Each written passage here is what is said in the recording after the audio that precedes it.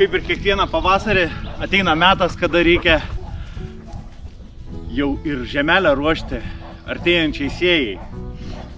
Ir ankstyvą pavasarį, kas matė per ankstesnės serijas čia per ne vieną talką, buvo ir perpuvęs šienas, ir mėšlas išmėžti ant daržo. Ir praeitą seriją užsiminiau, kaip kaimynas Regimantas atvežė iš kitų kaimynų susmulkintus kelmus į drožles.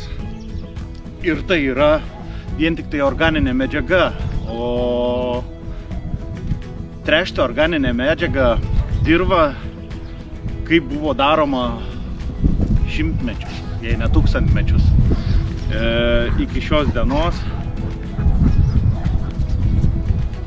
Tai, kaip žinia, pasidomėjus truputį, tai juk ne tik praturtina žemę, suteikia galimybę mikroorganizmams gyventi, sukuria mikropasaulį, mikroflorą, mikrofauną, leidžia jai gyventi.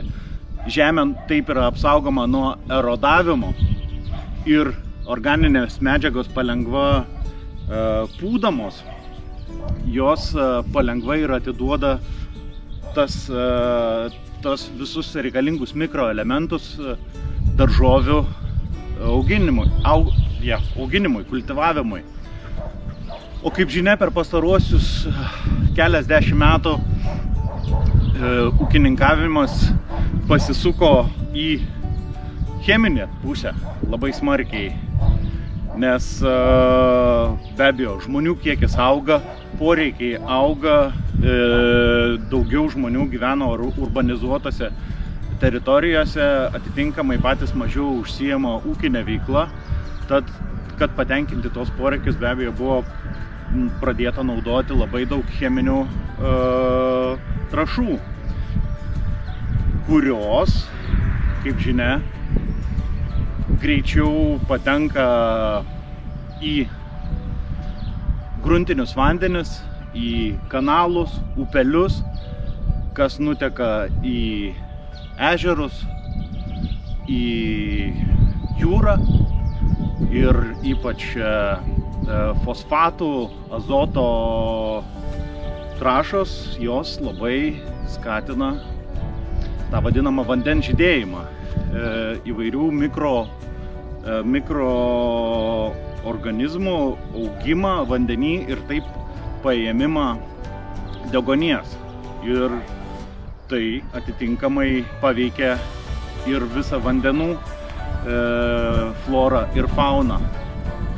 Kaip žinia, žuvų kiekiai irgi drastiškai krenta, kas taipogi yra puikiai, ne tai kad puikiai, bet tarpusavyje susiję,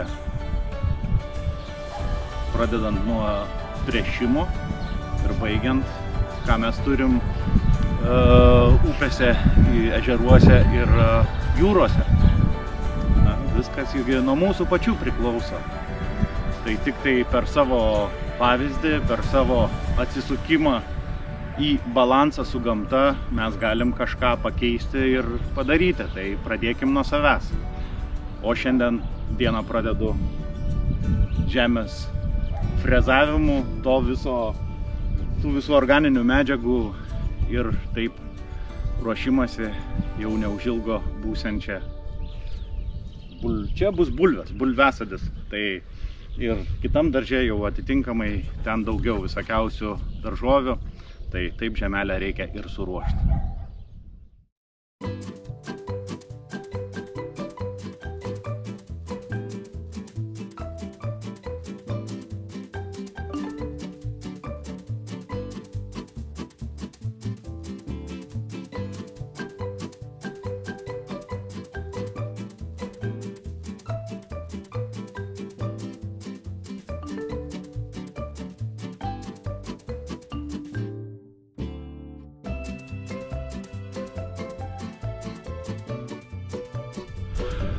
Ratais, kvadratais, zigzagais, aštunkėm, devinkiam ir visaip kitaip reikėjo čia su ta freza zigzaguoti, o todėl, kad kada buvo tas mėšlas išpurtytas, vis tiek jisai avių pakankamai smarkiai sutriptas ir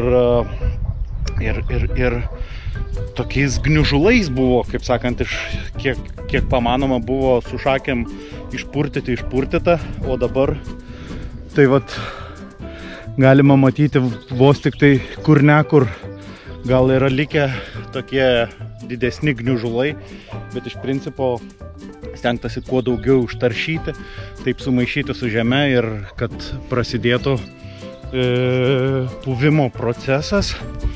Gal dar prieš pačią sėją, nežinau, ar dar reikės gal kokį kartą praeiti, bet iš principo žemelė kaip ir dalinai jau paruošta.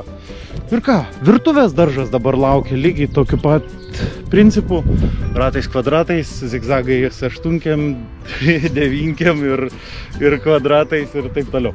Jo, pajudėsiu čia. Ir tarp kitko, už geros valandėlės bus dalinis saulės užtemimas. Tai užsistačiau žadintuvą, kad išgirsčiau ir padarysim pertraukėlę ir pabandysim pastebėti. Esu pasiruošęs. Tad dabar čia, o kai prieis momentas, pasižiūrėsim, ar pavyks pamatyti tą dalinį saulės užtemimą Lietuvoje.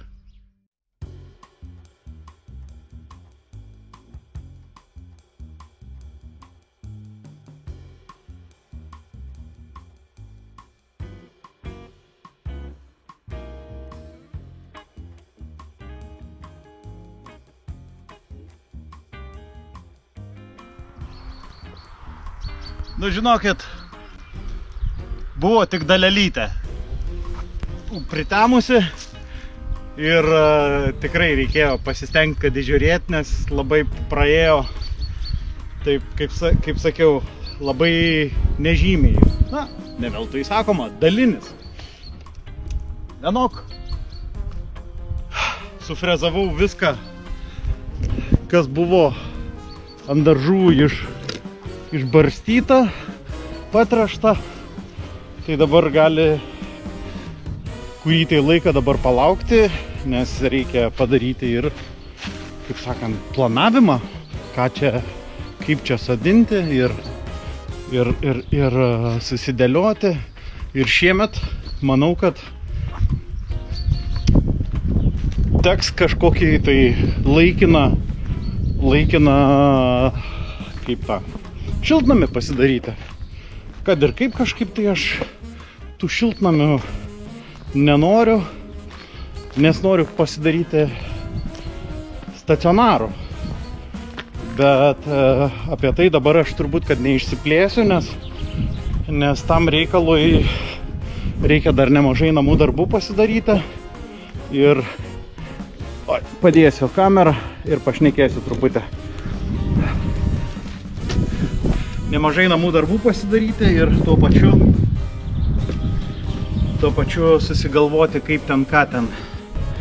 Nes norisi pasidaryti tokį kaip iš senų langų. Bet aišku, atitinkamai reikia ir pamato, ir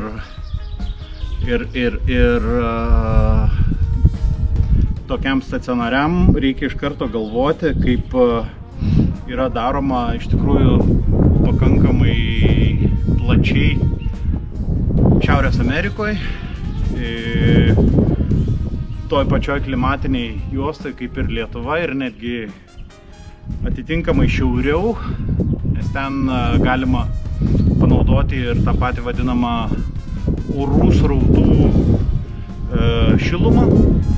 Vasara būna ne per karšta, o anksti dar vėlyvą žiemą jau yra pakankamai šilta, nes, sakau, yra išnaudojama. Tai, sakau, aš dabar dar neišsiplečiu, nes namų darbai yra daromi, galvojama, tai šiemet, kaip sakiau, teks daryti laikiną, nežinau, ar čia gal artimiausią dieną reikės bent jau paruošiamuosius darbus daryti Ir be abejo, jeigu jau taip imsiuos, tai parodysiu, bet dar reikia užbaigti eskalatorių Vištinykui, ką užsiminiau praeitai serijai, nes vidus jau, kaip ir sakyčiau, viskas baigta, viskas paruošta vištom, tai norisi ir padaryti tą patogų išėjimą ir patekimą į stumdomą gardą ir saugų tuo pačiu. Tai jau tenais irgi darbai pajudėjo, bet daug labai judesio buvo, tai todėl nieko nefilmavau, kai jau bus aiškesnė situacija ir konstrukcija, dar ten yra elementų, ką reikia apgalvoti, tai be abejo atitinkamai parodysiu.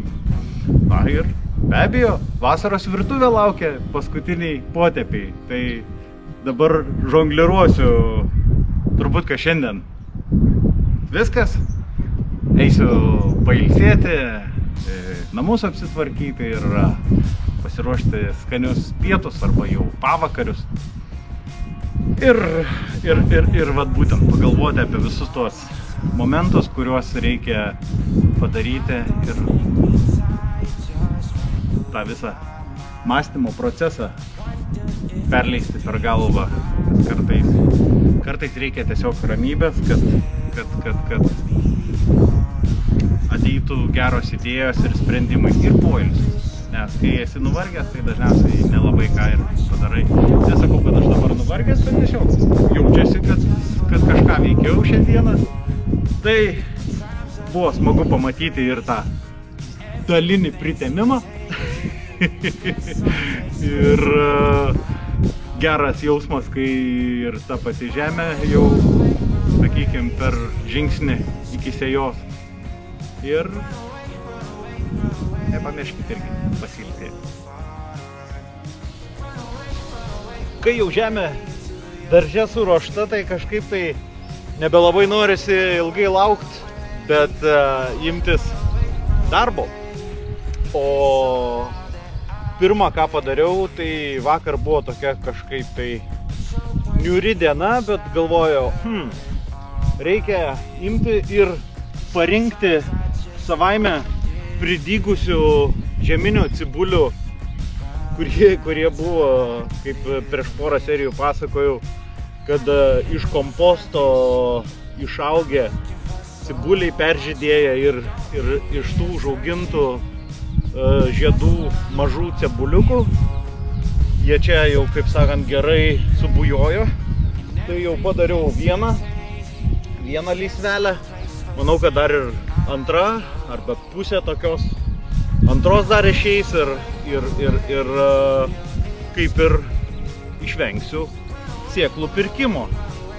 O kad aš čia bandau būti kuo įmanoma savistovis, save išlaikantis, tai vėlgi kaip ir nesinori būti tuo vartotoju, bet stengtis kaip ir būti kuo labiau save išlaikančiam. Tai šiemet irgi noriu pabandyti tokį pirmą kartą sau pasidaryti, bet tai yra juk daroma tūkstančius metų, žmonės tai visą laiką darydavo. Tai užsiauginti sau ir kitų daržovių sėklų. Ir pagalvojau, kad morkos, tų morkų rūšių, kurios man jau per keletą derlių patiko, didelės ir gausiai dera, tai nutariau, sakau, šiemet pasisodinti po 4 morkas. Na, specialiai jėmų kuo didesnės, nes, kaip sakant, turės daugiau energijos atiduoti augimui, sėklų dauginimui. Taipogi labai mėgstu juodą ridiką. Tai vėlgi buvo specialiai išsaugota keletą galvelių, kad galėčiau vėl šį pavasarį sodintis. Taipogi paprastą burokėlį. Irgi, kodėlgi ne? Kodėlgi jo neužsiauginus, nelabai čia jau ir sunku ar sudėtinga. Tai galvoju taip, ir dar praeitais metais labai negausiai derėjo baltasis ridikas. Tai vieną vat išsaugojau, tai žiūrėsim, kas čia iš jo išeis, gal pavyks. Tai jo pavasario žongliravimas tarp darbų tikrai prasideda aktyviai ir sezonas pats savaime diktuoja ritmą, tai negali snausti, norėdamas turėti kažką rudeniop. Todėl kai kuriuos darbus, kurie, sakykime, nėra tokie jau degantis, bet, kaip degantis, sezonas jų nespaudžia. Tai todėl jie buvo palikti ir dabar, sakau, truputį dar daržo reikalus padarysiu. Turbūt, kad šioje serijoje bus dėmesys daugiausia daržui ir žemės reikalams. Tai, vat, sakau, cibuliai, morkos, burokėliai, ridikai ir dar be abejo turiu sėklų ir dar papildomai atvežė mama krienų, ir kaip tik irgi vakar pritarkavo, tai oi, akis ir nosis degė nuo naminių krienų, nes, ką žinau, parduotuvinius nusiperki, juos gali valgyti taip, kaip, nežinau ką, kaip košė. Jie nėra tokie matsnus, o man patinka matsnesni, tai todėl ir kaip ir vėlgi prieš keletą serijų rodžiau, kai draugo Giedriaus iš Indijos atsiųsti čili pipirai jau irgi kuo puikiausiai sudygė, auga ir tikėkime, kad kai pasistatysiu tą laikiną šiltnamį, jie ten irgi puikiai derės ir matysim, kas iš to gausis. Ir vėlgi prieš keletą serijų rodyta, kaip aš genėjau avietės, o jau matau, kad puikiai jos rodo gyvybę, vėl lapeliai sprogsta.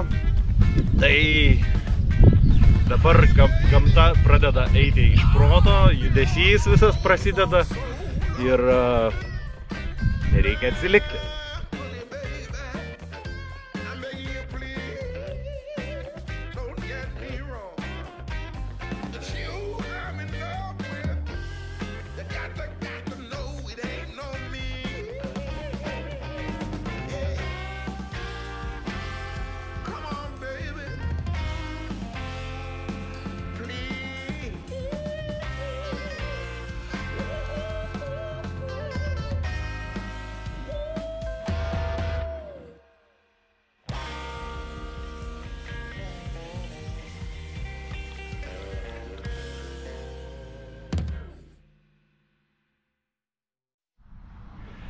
Na, malonus tas vaizdas, kai jau suformuotos lysvės ir jau laukia sėklų.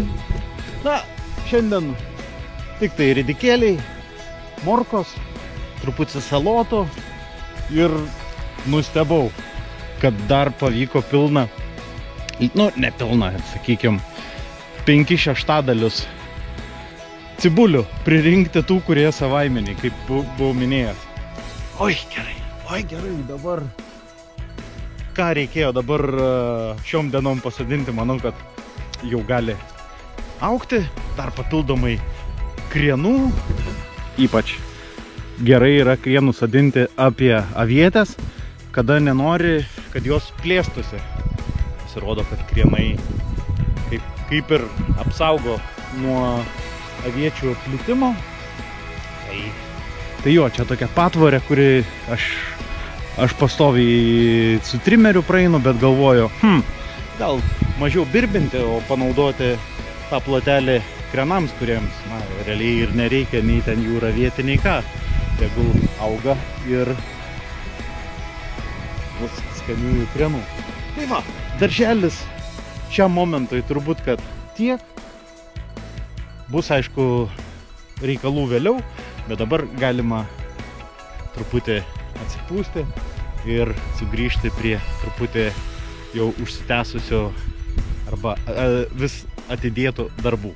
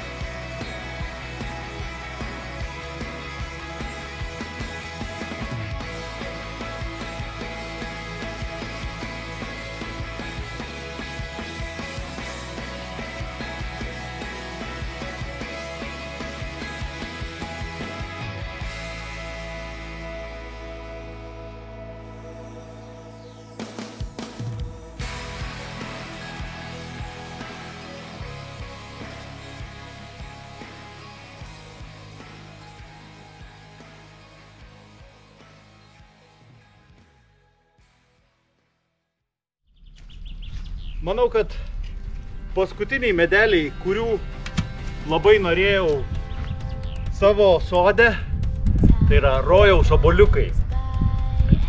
Na, man patinka jų kartelis, o pačios obelis, kada žydi, jos neaukštos. Jos būna apkibusios žiedais, taip ypatingai. Viena geltona, kita tamsiai bordo ir net lapai tamsus, tamsiai bordo. Jo, tai ir specialiai kaip ir prie daržo, ir nes kitur jau, sakau, nebėra vietos, kur sodinti medžiams, nes bus paunksniai. Tai čia vienintelė vieta buvo likusi, numatyta, bet dar sodinimai bus, bet jau ne tokių didelių augalų kaip medis. O sodas, rojaus obuoliukai, čia tokia kažkaip tai man ir metafora, nes pavyzdžiui, Korane, paskaitysiu, Korane labai mano ausimis, mano akimis ir mano suvokimu labai gražiai rašo. Tikėjimas kaip sodas. Islamo mokyme žmogaus tikėjimas ir geri darbai prilyginami sodui, kurį reikia puoselėti. Kaip sodas klesti, tik su tinkama priežiūra, laistymu, ravėjimu. Priežiūra taip ir žmogaus dvasinis gyvenimas reikalauja pastangų, maldos ir dorų poelgių. Taipogi, pranašo Mohamedo hadisai rašo apie apie sodą. Hadisuose pranašas Mohamedas sakė: kai praeisite pro rojaus sodus, mėgaukitės. Paklausė: o kas yra rojaus sodai? Jis atsakė: tai žinių susirinkimai. Čia sodas simbolizuoja ne tik fizinę erdvę, bet ir vietą, kurioje žmonės mokosi, tobulėja ir dvasiškai. Tai kaip ir bene vienoj pirmųjų serijų, kada aš čia tik atsikraušiau,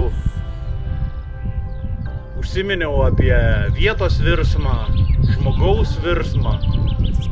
Tai ir man gera ir matyti, ir stebėti, ir prisidėti prie to virsmo vietos ir atitinkamai puoselėti sodą, puoselėti save. Juk daug kartų esu užsiminęs, kaip kartais reikia ir pakovoti su savim, ir su savo savybėm, ir su savo charakterio bruožais. Ne visada gal ir man pavyksta, bet tenka taip darbuotis ir tas darbavimas jis ir su medeliais, ir su žeme, ir su statybom, ir su viskom, ir taip išreiški save visą savo esybę turbūt. Tad, kaip visada, noriu padėkoti už jūsų pridedamus nykščius, parašomus komentarus. Taip, nepamirškit užsiprenumeruoti.